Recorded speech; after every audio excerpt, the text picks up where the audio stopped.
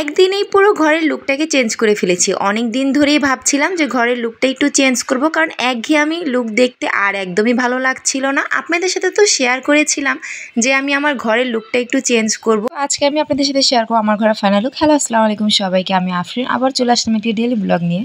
ঘর তো আমি পুরো এলোমেলো করে ফেলছি, তো আজকে আমি আপনাদের সাথে ফাইনাল লুকটা শেয়ার করব। আমি এর আগেও দেখাইছি যে আমার ঘরের ফার্নিচারগুলো আমি চেঞ্জ করছি। তো প্রথমে দেখা গেছে এই আলমারিটা এই সামনের দিকে ছিল, আর আমার মেয়ের পড়ার টেবিলটা পেছনে ছিল। তো পড়ার টেবিলটা সামনের দিকে নিয়ে আসছি, যেহেতু মেয়ে পড়ে, তো ওই দিকে ছিল দেখে ও আগে পড়তে বসতো না, তাই সামনের দিকে নিয়ে আসছি।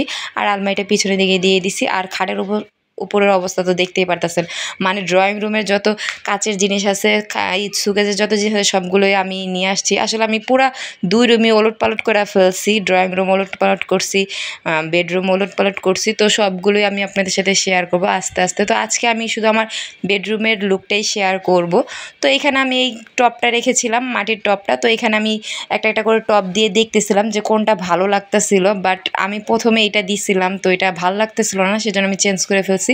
আর চেঞ্জ করে পরে আমি এই ছোটো টি টেবিলটাতে এটা দিয়ে দিছি। তো দেখতে আসছিলাম যে না, এখানে ভালো লাগতেছে, তো আমি এখানেই রাখছি। একটি রুম আমরা যত সুন্দর করে সাজানো কেন, একটা রুমের সৌন্দর্য সব থেকে বেশি যেটা বাড়িয়ে দেয় সেটা হলো বিছানার চাদর। তো আমি আমার পছন্দের বিছানার চাদরটা নামিয়ে নিছি। তো এই চাদরটা আজকে আমি পারবো।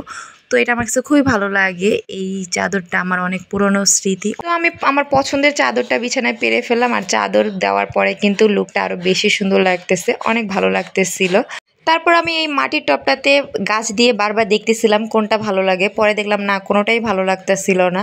তো এই যাই হোক, এই তো আমার ঘরের ফাইনাল লুক। দেখেন কেমন হয়েছে, আমার কাছে তো অনেক ভালো লাগতেছিল। আর আপনাদের কাছে কেমন লাগতেছিল সেটা অবশ্যই কমেন্ট করে জানাবেন। আমি তো মানে জাস্ট আমার কাছে খুব ভালো লাগতেছিল। আমার ঘরে আসলে অনেক দামি দামি ফার্নিচার নাই ভাই, কিন্তু আমার ঘরে যাই আছে তা দিয়ে আমার ঘরটাকে সাজাতে খুবই ভালো লাগে।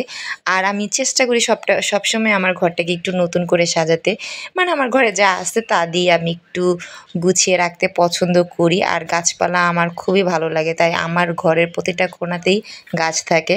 আর ঘর সাজানো গোছানো থাকলে কিন্তু মনটাও ভালো থাকে এবং শরীরটাও ভালো থাকে। তো আমি সবসময় চেষ্টা করি। তবে বাচ্চা পোলাপানের ঘর ভাই, ওরা তো নোংরা করে, তারপরও সারাদিনে যতটুকু পারি ততটুকুই গুছিয়ে রাখার চেষ্টা করি। তবে আমার তো 2টা বিচ্ছু বাহিনী আছেই, তো তারা তো কিছুক্ষণ পরেই চলে আসবে সব পুরো এলোমেলো করার জন্য। তারপরও যতটুকু পারি এইভাবেই তো গুছিয়ে রাখার চেষ্টা করি।